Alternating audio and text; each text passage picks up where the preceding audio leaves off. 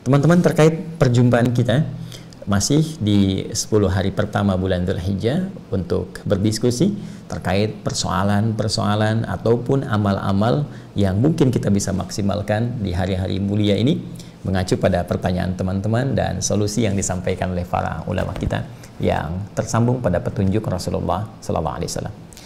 Mohon izin kita coba langsung lihat apa yang teman-teman sampaikan. Bismillah. Dari Fulan, ya, saya tidak perlu sebutkan namanya, kita langsung saja. Assalamualaikum. Waalaikumsalam warahmatullahi wabarakatuh. Ustadz izin bertanya, apakah hukum berkorban sedangkan orang tersebut belum diakikah ketika masa kecilnya? Mohon penjelasan. Makasih Ustadz. Baik, ya, semoga Allah rahmati saudara atau saudari kita ini beserta keluarganya dan menyertakan kita dalam pemberian rahmat Allah dimaksud. Pertanyaan ini saya duga juga mewakili sebagian saudara-saudari kita yang punya pertanyaan atau persoalan yang serupa, atau boleh jadi ini pun nanti akan bercabang kepada persoalan lain, seperti apakah boleh kurban disatukan dengan akikah dan hal-hal sejenis lainnya.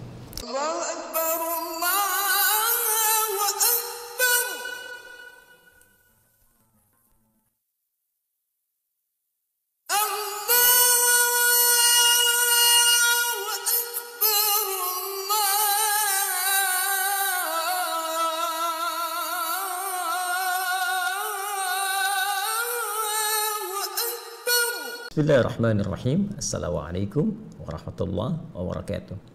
Alhamdulillah, salatu wassalamu ala rasulillah wa ala alihi wa sahbihi wa man wala wa ba'du. Saudara-saudariku, semoga kita semua senantiasa disehatkan, dirahmati, dan kita bermohon diampuni segala dosa-dosa kita oleh Allah subhanahu wa ta'ala. Terkhusus hari ini, alhamdulillah telah sampai di hari Ahad, hari kelima di bulan Dzulhijjah tahun 1441 Hijrah, dan mohon izin untuk senantiasa mengingatkan, tidak bosan dengan segala kerendahan hati, agar kita senantiasa mengevaluasi seluruh aktivitas kita. Semoga seluruhnya bisa bernilai amal soleh di hadapan Allah Subhanahu wa Ta'ala, dan tentunya kita berharap seluruh amal soleh itu naik status menjadi amalan yang dicintai oleh Allah Subhanahu wa Ta'ala. Karena itu tidak bosan untuk kita mencoba mengevaluasi amalan-amalan kita, ya, untuk kita lihat dan mencoba untuk kita sempurnakan dari hari ke hari sehingga menjadi lebih baik dari segi kuantitas dan kualitasnya. Teman-teman, terkait perjumpaan kita masih di 10 hari pertama bulan Dzulhijjah untuk berdiskusi terkait persoalan-persoalan ataupun amal-amal yang mungkin kita bisa maksimalkan di hari-hari mulia ini, mengacu pada pertanyaan teman-teman dan solusi yang disampaikan oleh para ulama kita yang tersambung pada petunjuk Rasulullah SAW. Mohon izin kita coba langsung lihat apa yang teman-teman sampaikan. Bismillah. Dari Fulan, ya, saya tidak perlu sebutkan namanya, kita langsung saja. Assalamualaikum. Waalaikumsalam warahmatullahi wabarakatuh. Ustadz izin bertanya, apakah hukum berkorban sedangkan orang tersebut belum diakikah ketika masa kecilnya? Mohon penjelasan. Makasih Ustadz. Baik, ya, semoga Allah rahmati saudara atau saudari kita ini beserta keluarganya dan menyertakan kita dalam pemberian rahmat Allah dimaksud. Pertanyaan ini saya duga juga mewakili sebagian saudara-saudari kita yang punya pertanyaan atau persoalan yang serupa, atau boleh jadi ini pun nanti akan bercabang kepada persoalan lain, seperti apakah boleh kurban disatukan dengan akikah dan hal-hal sejenis lainnya. Baik, kita coba uraikan dulu, dan seperti biasa kita pahami dulu dasar persoalannya sehingga pemahaman kita bisa lebih lengkap dan terukur, serta dari ukuran itu bisa menunaikan amalan dimaksud dengan lebih baik, ya. Ya, kita punya persoalan akikah di sini. Oke. Yang terkorelasikan dengan kurban.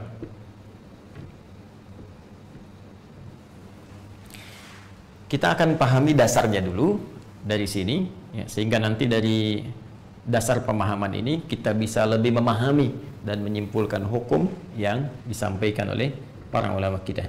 Satu, persoalan terkait akikah. Kita lacak dulu keterangan para ulama kita yang tersambung dengan petunjuk Rasulullah SAW terkait bab akikah ini. Di antaranya kita temukan dalam kitab Sunan Abu Daud, jadi hadis riwayat Abu Daud, ya, rahimahullah, nomor hadis 2838. Kita bisa temukan juga langsung kerawinya, ya, dari Samurah bin Jundub, ya, Samurah bin Jundub radhiyallahu taala anhu, tersambung pada keterangan Rasulullah sallallahu alaihi wasallam. Baik, apa keterangannya kita bacakan? Kullu ghulamin. Ya, penting saya tuliskan. Ya, kullu ghulamin rahinatun bi'aqiqatihi. Nah, ini poinnya. Ya. Tuzbahu, keterangan kedua. Tuzbahu yauma sabi'ihi. Sabi'ihi. Ini yang penting yang keduanya. Kemudian wa yuhlaqu wa yusamma. Ini tambahannya. Wa yusamma. Ini poinnya. Kullu ghulamin, setiap anak itu. Nah, segaris ya. Setiap anak itu. Rahinatun biaqiqati, tergadai dengan prosesi akikahnya.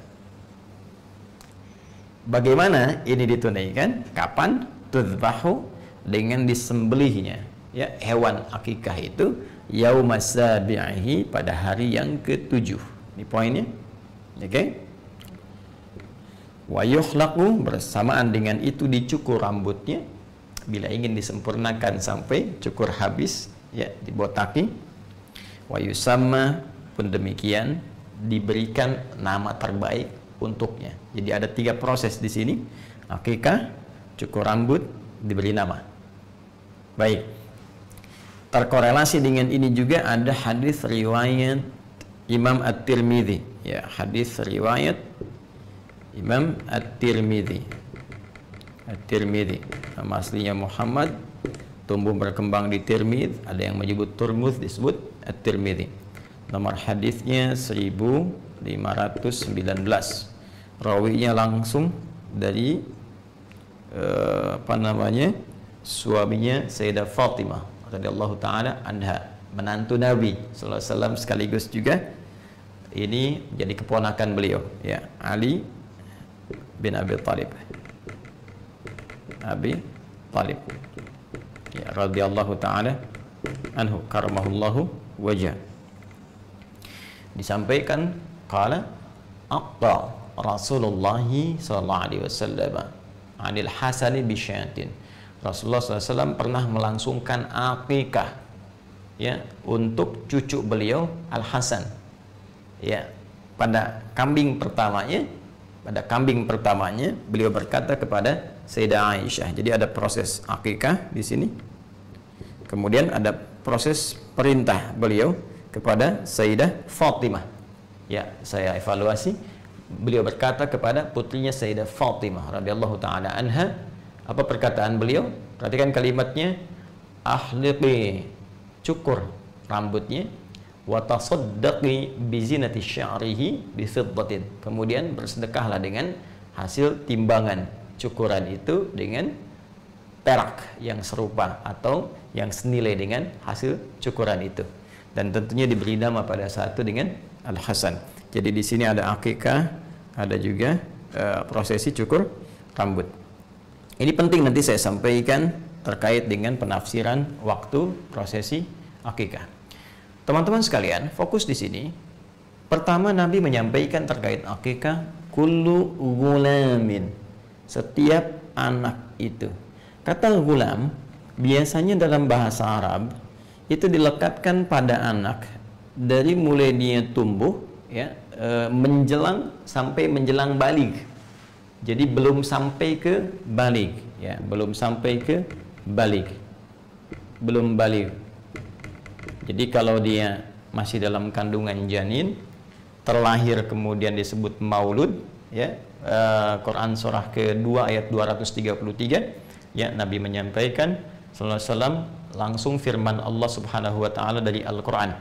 Ya, apa firmannya? Wal walidatu yurdi'na auladahunna haulaini kamilaini liman arada ayyutimma radha'ah wa 'alal mauludi lahu. Ya, ini menunjuk kepada ayah yang baru diberikan karunia anak, disebut mauludi lahu. Ini sebagai berkah kepada orang tuanya. Jadi ketika anak itu lahir disebut dengan maulud, yang baru dilahirkan, lalu dari situ berproses menjadi sobi, bayi, ya, lalu tumbuh kemudian sampai menjelang balik disebut dengan gulam. Jadi dari anak itu mulai terlahir, terus sobi gitu kan, dari terus usia sehari, 2 hari, 3 hari, nah kemudian sampai menjelang balik, nama umumnya disebut dengan apa? Gulam. Baik. Ustaz, gimana kalau ada namanya gulam gitu? Apakah belum balik? Nah mungkin ini pemaknaan berbeda, ya. Tapi secara umum namanya demikian. Nah, rahinatun tergadai ia, kemudian biaqiqati dengan proses akikahnya. Saya mau sampaikan ini dulu teman-teman. Ya, akikah ini asal katanya dari kata aqqa, tadi ditemukan di sini di At-Tirmidzi nomor hadis 1519 dari sahabat Ali bin Abi Thalib. Beliau berkata aqqa Rasulullah sallallahu alaihi wasallam. Ini aqqa, ya, Rasulullah sallallahu alaihi wasallam. Sifatnya, keadaannya disebut dengan akikah. Aqqa itu asal katanya memotong, membelah, ya, menyembelih kalau kita sekarang lakukan terhadap hewan, tapi asalnya memotong, aqqa, ya, memotong, membelah, memisahkan. Dari mana akar kata ini muncul? Ini yang paling menarik. Jadi diksi yang disampaikan dari ketentuan syariat itu begitu istimewa. Ya, bukan pilihan kata biasa, tapi nanti terkait dengan hikmah-hikmah tertentu. Saya mau gali dulu sedikit teman-teman sekalian ke atas. Jadi ketika manusia tercipta dengan sempurna, kemudian terlahir, selain fisiknya disempurnakan, Quran surah 95 ayat yang keempat, laqad khalaqnal insana fi ahsani taqwim, kemudian juga diberikan perjalanan kesempurnaan akal, dari mulai informasi dari telinga sampai ke mata, sampai ke pikiran, sampai akal sempurna. Pun demikian jangan lupa ada kesempurnaan dari inti kehidupan, roh, jiwa, nafasnya. Nah, jiwa kita ini menjadi sempurna ketika kita mulai kemudian menjalani kehidupan usia 4 bulan, kemudian dilahirkan. Saat kesempurnaan ini terjadi, ada 2 potensi yang melekat dalam jiwa itu. Satu potensi baik disebut dengan takwa, yang kedua potensi kurang baik disebut dengan fujur, nama lainnya nafsu. Ini nanti bisa kita lihat di Quran surah ke-91 Asy-Syams. Ya. Ayat ke-7 sampai dengan 10. Ya, wa nafsi wa ma sawaha, ketika nafas itu telah tercipta dengan sempurna, fa alhamaha fujuraha wa taqwaha, maka dengan kesempurnaan itu diilhamkanlah kemudian ada jiwa fujurnya, jiwa takwanya. Takwa potensi kebaikan, ya, di sini puncaknya ada, dibisikkan oleh para malaikat. Fujur itu potensi hal yang kurang baik, lawan dari takwa. Jadi kalau ada jujur, ada bohong, ya, kemudian ada tawadhu, rendah hati, ada sombong, demikian seterusnya. Yang fujur ini didesain oleh Allah untuk menjadi katalis, ya, supaya yang baik-baiknya ini bisa muncul. Sebab kalau nggak ada yang ini, yang satu ini fujur, ini nggak akan bisa naik. Ya, saya pernah terangkan ini dalam edisi Sitama terdahulu. Nanti Anda bisa cek kembali. Secara cepat, fujur itu nama lainnya disebut dengan nafsu. Ya, jadi kalau takwa tadi bawaan sifat malaikat, karena itu malaikat selalu baik, tak pernah salah. Quran surah 66 ayat ke-6. Tapi nafsu ini cenderung membawa kesalahan. Quran surah ke-12 ayat 53. Ya, wa ma ubarri'u nafsi innan nafsa la'amaratum bisu. Sedangkan nafsu itu sifat bawaan yang langsung dilekatkan pada hewan. Makanya kalau hewan berbuat banyak kesalahan dan tampil tanpa pertimbangan, ya, hewan senang tampil tanpa busana, hewan buang kotoran di mana-mana, ya, hewan melakukan hubungan gitu kan, yang tanpa kontrol dan seterusnya. Karena memang sifat fitrah hewani itu tercipta dengan nafsunya. Nah, yang paling menarik adalah teman-teman sekalian, Allah Subhanahu wa taala melalui petunjuknya kepada Rasulullah sallallahu alaihi wasallam memberikan dengan sifat kasih dan sayang yang sangat luar biasa, memberikan arahan agar sejak bayi itu terlahir, manusia itu mulai terlahir, dari mulai tumbuh, sebelum balik nih, sebelum semua yang baik dan buruknya dicatatkan sebagai pertanggungjawaban hisab di hari kiamat nanti, diminta oleh Allah melalui petunjuk Rasulullah, hei, taklukkan dulu nafsunya, simbolkan dengan potong itu, ya. Maka disimbolkanlah dengan ibadah yang diberi nama dengan aqiqah, dari kata aqqa tadi, memutus kecenderungan nafsu nanti untuk bisa tumbuh di masa baliknya dan bisa dikontrol saat dia tumbuh itu, dan diarahkan untuk memotivasi takwanya menjadi katalis supaya nilai kebaikannya yang muncul. Nah, disimbolkan ini lewat pemotongan hewan karena nafsu tadi melekat pada fitrah hewani. Jelas ya, bisa dipahami ya.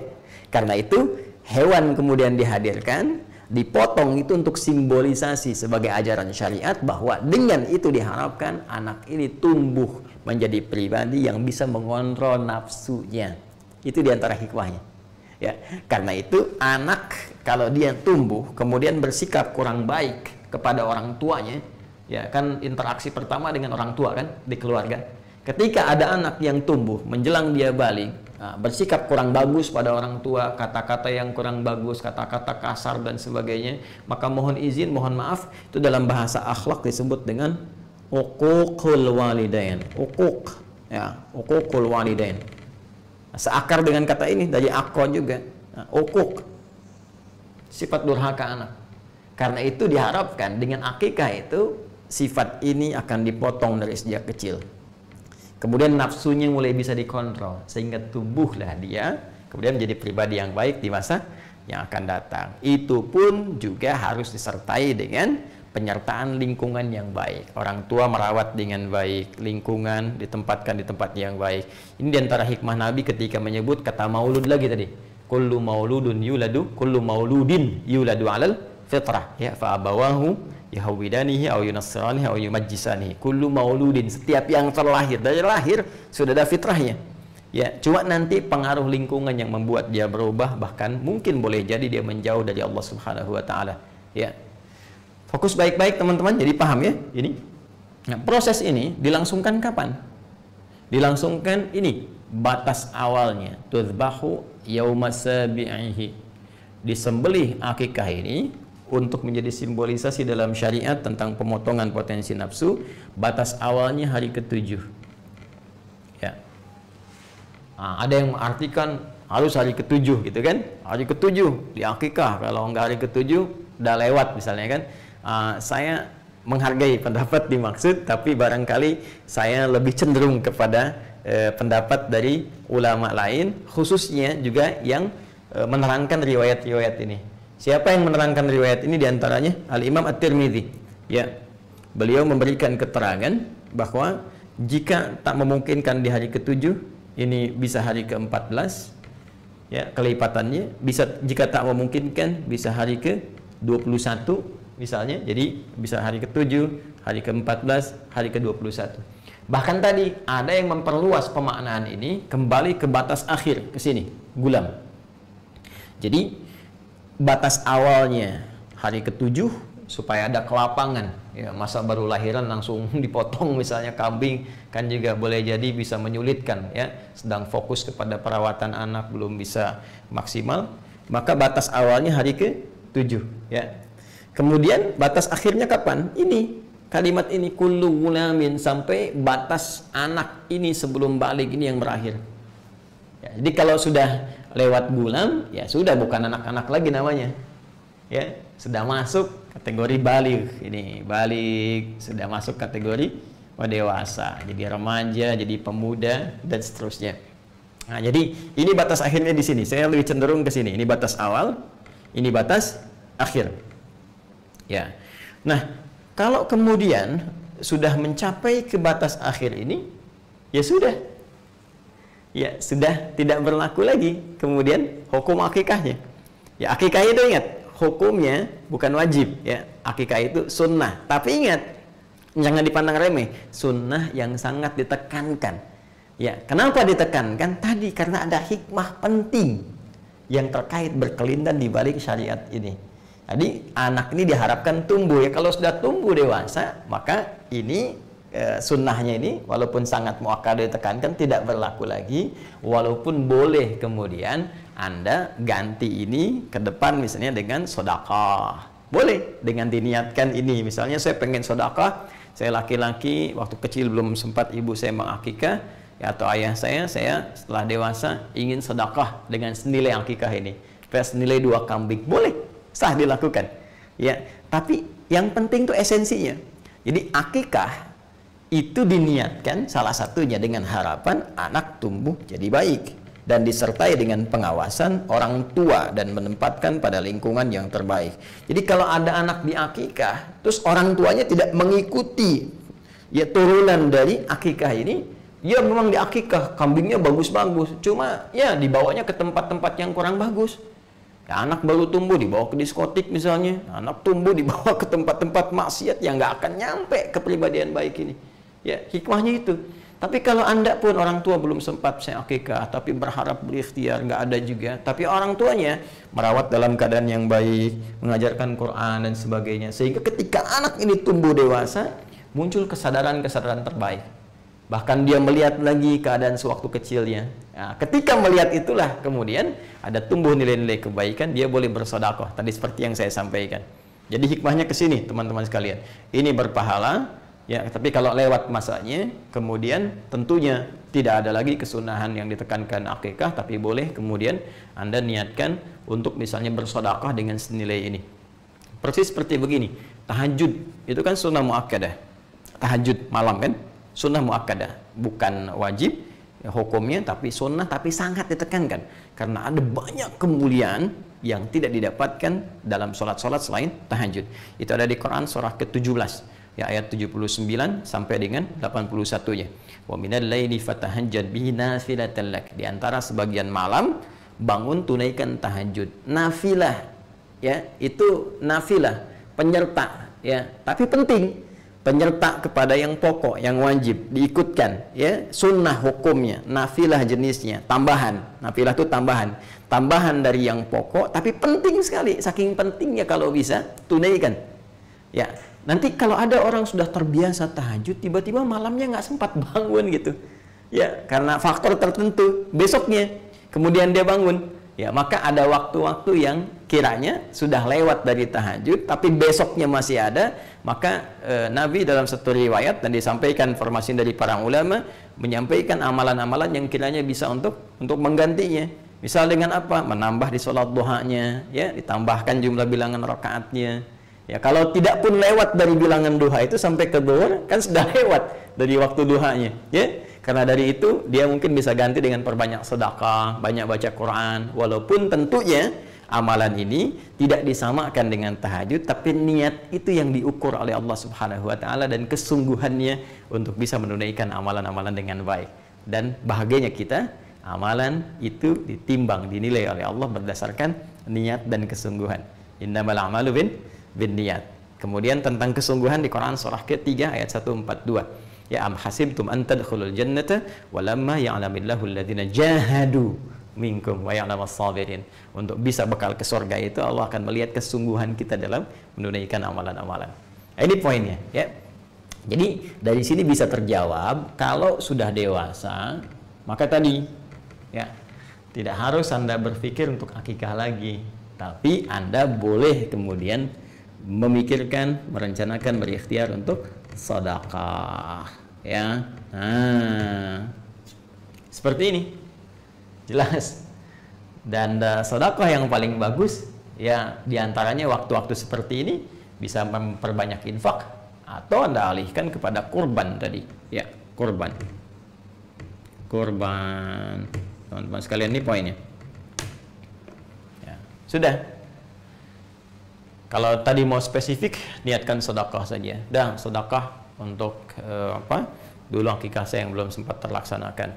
Ya, kemudian Anda pilihan terbaik sekarang ya sudah, saya mau sendiri saja kemudian untuk menunaikan ibadah kurbannya.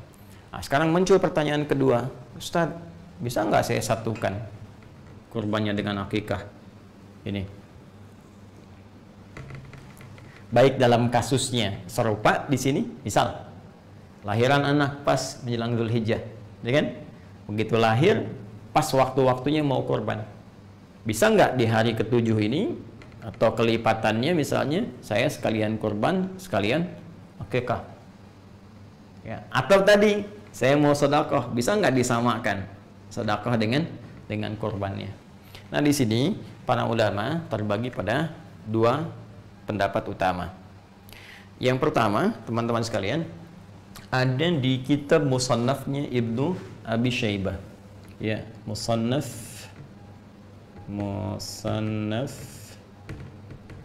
Ibnu Abi Syaibah.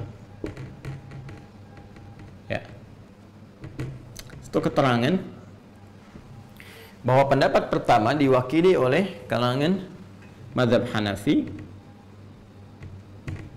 kemudian Hambali,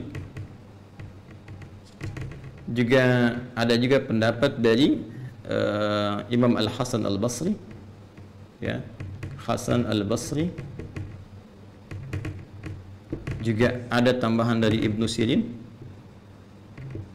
ya, yang cenderung pada pendapat bolehnya menyatukan dua ibadah ini, ya, dengan satu pelaksanaan. Ya, secara inti boleh kurban misalnya, ya, sekaligus dalam kurban itu disatukan dengan niat akikah.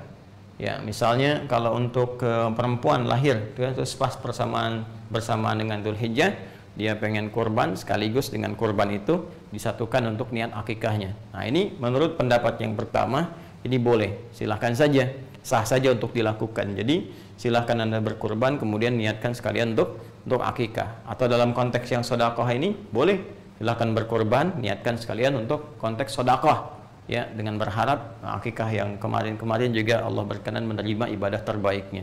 Ini pendapat yang pertama. Ini saya sertakan juga ulama-ulamanya kemudian ke atasnya di kitab yang bisa kita lacak.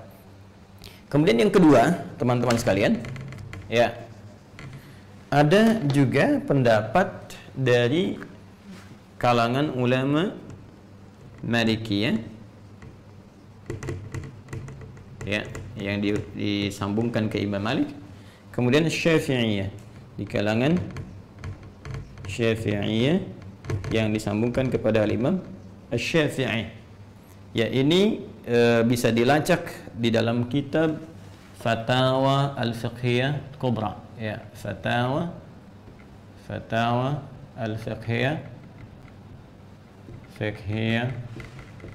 Al-Kubra karangan Ibnu Hajar Al-Haytami.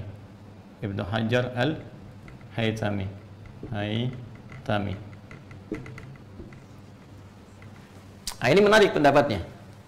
Ya, sebelum beliau mengurai boleh atau tidaknya, yang paling menarik beliau uraikan dulu esensi dari ibadah ini. Ya, perhatikan baik-baik. Teman-teman sekalian,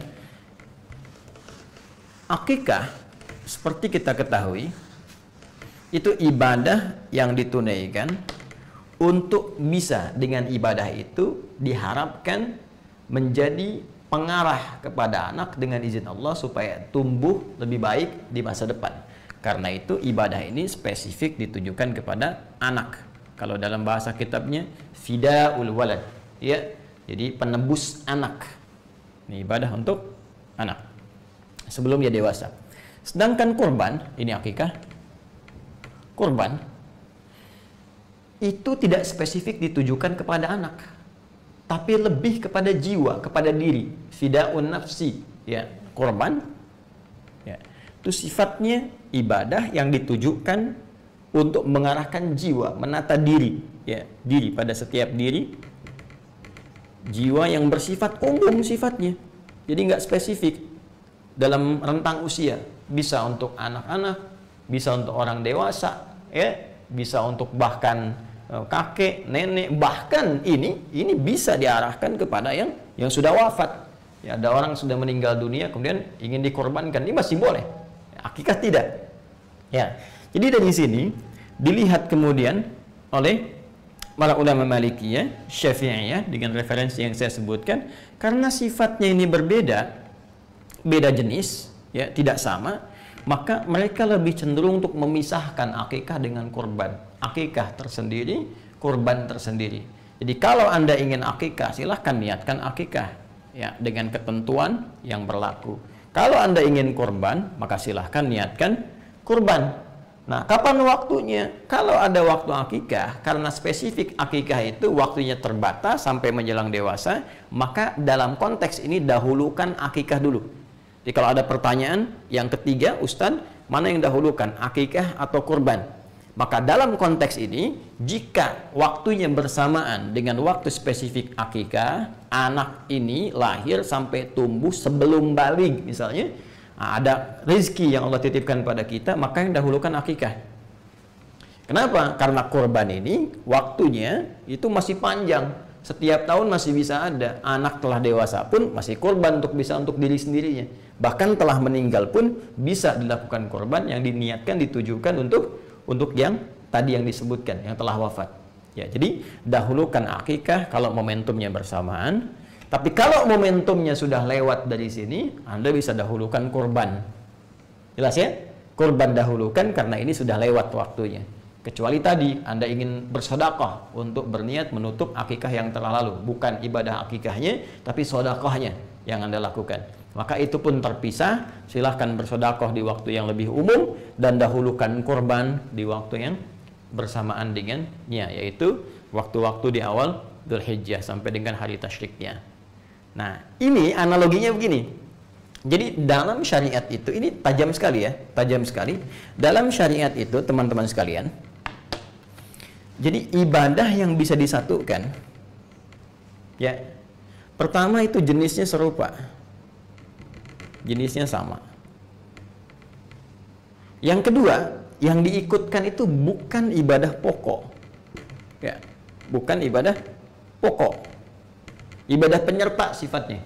Ya, contoh begini, saya contohkan sholat lah yang paling gampang. Sholat.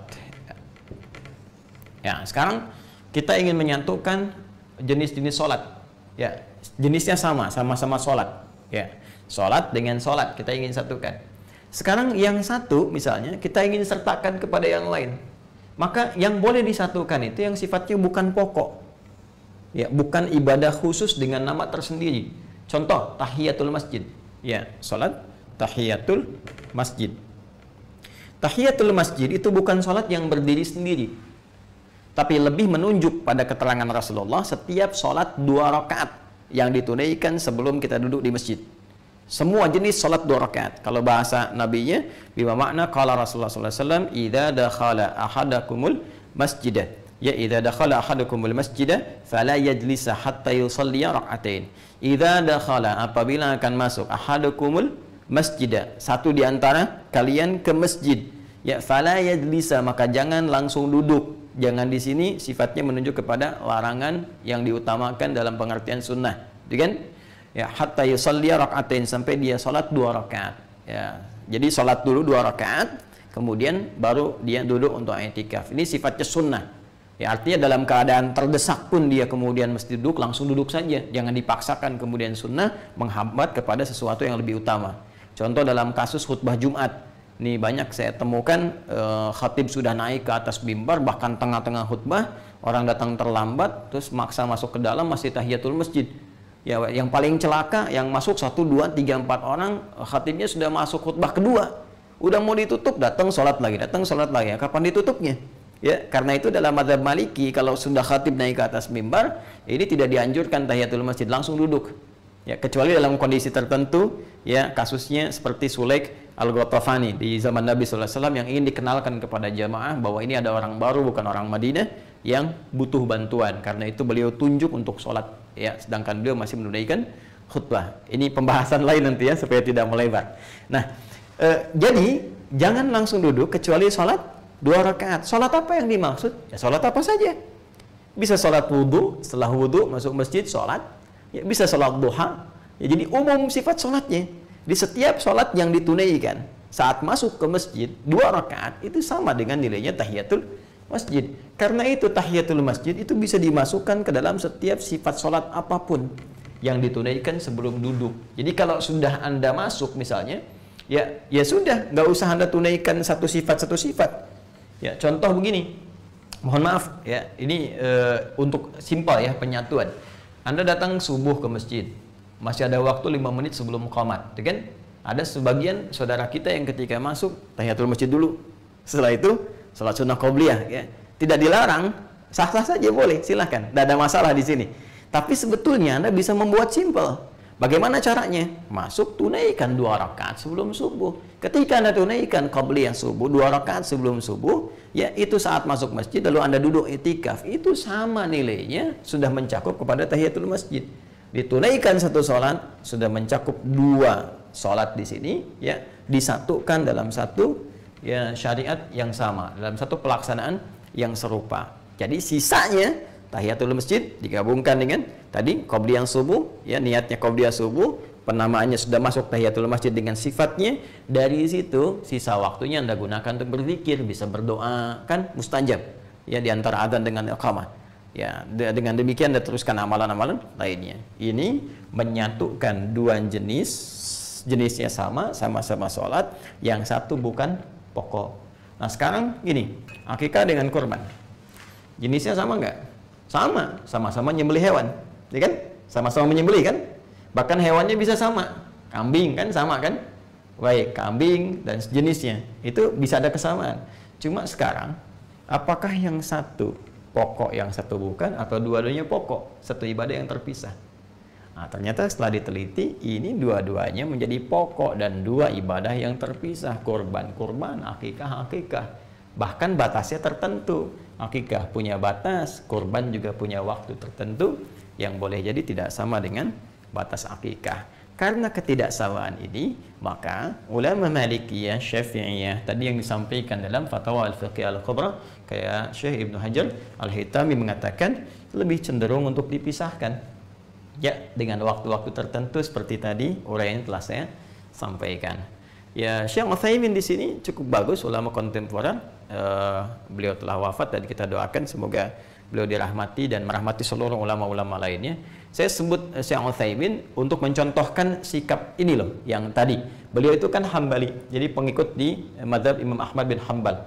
Kemudian juga salah satu ulama yang sangat istimewa di rezim Saudi yang sekarang ya, dan beliau telah wafat dan beliau punya corner ya, pojok Syekh Al-Utsaimin di Hotel Sofwa. Jadi kalau Anda masuk ke Hotel Sofwa, masuk dari pas jajar dengan Masjidil Haram itu lurus, sampingnya Zamzam persis nempel ya. Anda lurus masuk, kemudian dari situ naik eskalator pertama, masuk, kemudian ada toko-toko, naik lagi satu eskalator ke atas lagi ya. Begitu naik eskalator ke atas, sebelah kanannya ATM, tukang es krim, balik ke kiri. Nah, dekat ke kiri itu langsung ada pojok Syekh Utsaimin di situ. Jadi Anda bisa lihat. Terus naik lagi ke atasnya itu sofa ya, sebelah kanannya tukang cukur, 30 real. langsung bersih gitu. Nah, itu ada di situ. Syekh Utsaimin cukup menarik. Beliau itu condong kepada mazhab Hambali sebetulnya.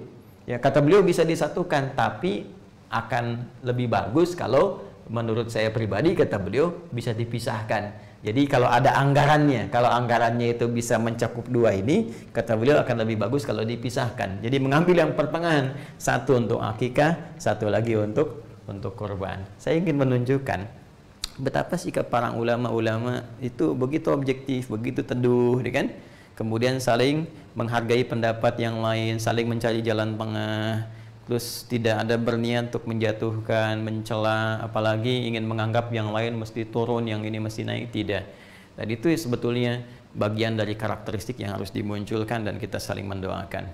Nah, untuk itu kembali kepada pertanyaan tadi, kita simpulkan bahwa dalam konteks ini bagi yang sudah masuk dewasa, kan melewati batas masa baligh, akan lebih baik kalau ada kelebihan rezeki bisa bersedekah. Kan, dan salah satunya diniatkan bisa menutup akikah yang telah lalu, kemudian ya sampaikan, masa iya kemudian akikah lagi, kemudian cukur lagi sampai botak, terus namanya ditetapkan lagi, kan juga harus ada penyesuaian. Kemudian yang kedua jika ada bersamaan akikah dengan korban, mana yang didahulukan. Saya pribadi tadi lebih cenderung kepada sikap yang diambil oleh para ulama Malikiyah, Syafi'iyah. Jika memang ada rizki yang berlebih, kita bisa pisahkan antara akikah kemudian dengan korban, karena ini dua pokok ibadah yang berbeda, yang tidak sama, yang ketentuannya juga memiliki ketentuan masing-masing. Jadi kalau waktunya pas anak itu lahir, saya lebih cenderung akikah dahulukan, ya, karena kurban bisa masuk di masa-masa berikutnya. Walaupun Ustadz, bagaimana kalau anak itu wafat? Kan bisa kurban diniatkan untuk anak, tapi kan nggak bisa akikah diniatkan untuk anak kalau anaknya sudah wafat, ya.